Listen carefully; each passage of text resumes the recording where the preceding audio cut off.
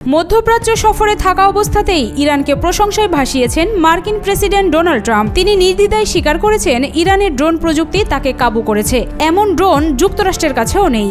সুতরাং মার্কিন মুলুক এখন এই ধরনের ড্রোন তৈরিতে মনোযোগ দেবে বলেও জানান তিনি।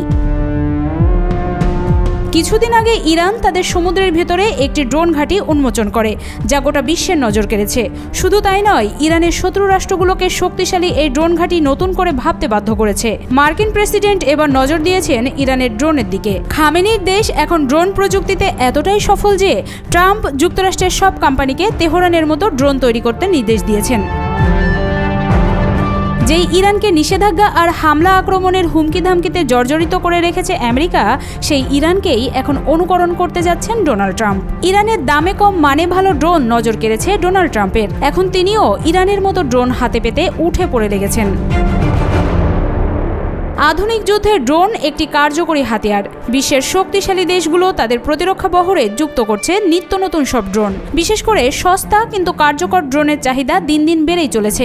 এমন ড্রোনের প্রয়োজনীয়তা অনুধাবন করতে পেরেছেন মার্কিন প্রেসিডেন্ট ডোনাল্ড ট্রাম্পও। মধ্যপ্রাচ্য সফরে ট্রাম্প যখন কাতার অবস্থান করছেন, তখনই তিনি ইরানি ড্রোনের প্রশংসায় মাতলেন। তিনি বলেন, ইরান অনেক ভালো ড্রোন তৈরি করে। তাদের ড্রোনগুলো খুব ব্যয়বহুল নয়, কিন্তু সেগুলো অত্যন্ত দ্রুতগতির এবং প্রাণঘাতী। এমন হাজার হাজার ড্রোন আমার দরকার।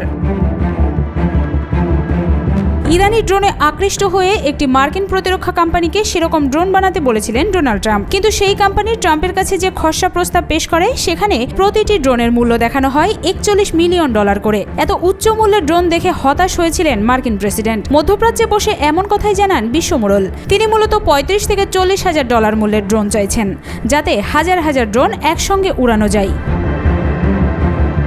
সাম্প্রতিক বছরগুলোতে আয়াতুল্লাহ খামেনির নেতৃত্বে সমরাস্ত্র শিল্পে ব্যাপক উন্নতি ঘটিয়েছে ইরান। বিশেষ করে ড্রোন শিল্পে তো দেশটি রীতিমতো বিপ্লব ঘটিয়েছে। দূরবর্তী শত্রুর সাথে যুদ্ধের ড্রোনের নির্ভুল আঘাত হানার ক্ষমতা ইরানকে অনন্য উচ্চতায় নিয়ে গেছে।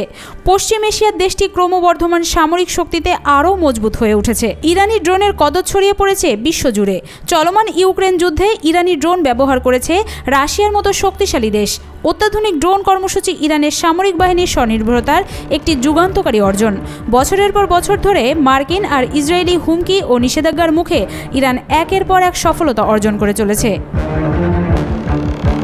ইরানের ড্রোন শিল্প শুরু হয় সেই 1980 দশকে। তবে ড্রোন শিল্পে ইরানের মূল বিপ্লব শুরু হয় 2011 সালে। সে সময় একটি মার্কিন গোয়েন্দা ড্রোন ভূপাতিত করার পর প্রযুক্তি হাতিয়ে নিয়ে একটি শিমরক ড্রোন তৈরি করে ইরান।